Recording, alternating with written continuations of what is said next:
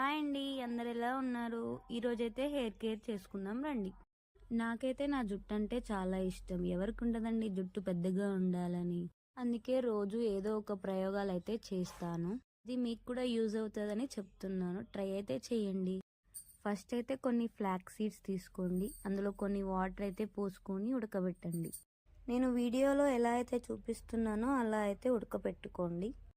ఇలా బాగా పైకి పొంగొచ్చేటట్టు ఉడకబెట్టుకోండి. ఈ సీడ్స్ అనేవి ఉడకడానికి ఒక 15 నిమిషాలు అయితే పడుతుందండి. చూడండి ఎలా ఉడుకుతున్నాయో. ఇలా జెలీ కన్సిస్టెన్స్ వచ్చే వరకు ఉడకబెట్టుకోవాలండి. ఇలా వస్తే అది ఉడికినట్టు. ఇప్పుడైతే మనదైతే రెడీ అయిపోయింది. స్టవ్ ఆఫ్ చేసేసుకొని దింపేసుకుందాము.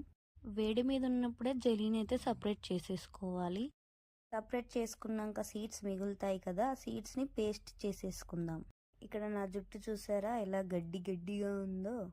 ఇప్పుడైతే పేస్ట్ని అయితే జుట్టుకైతే అప్లై చేసేసుకుందాము.